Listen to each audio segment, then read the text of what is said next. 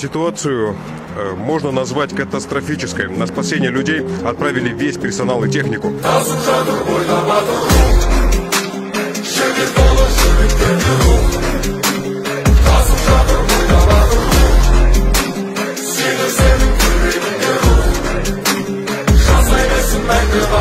İnsanlar şahpatik, şahpatik, bir kucu içinde.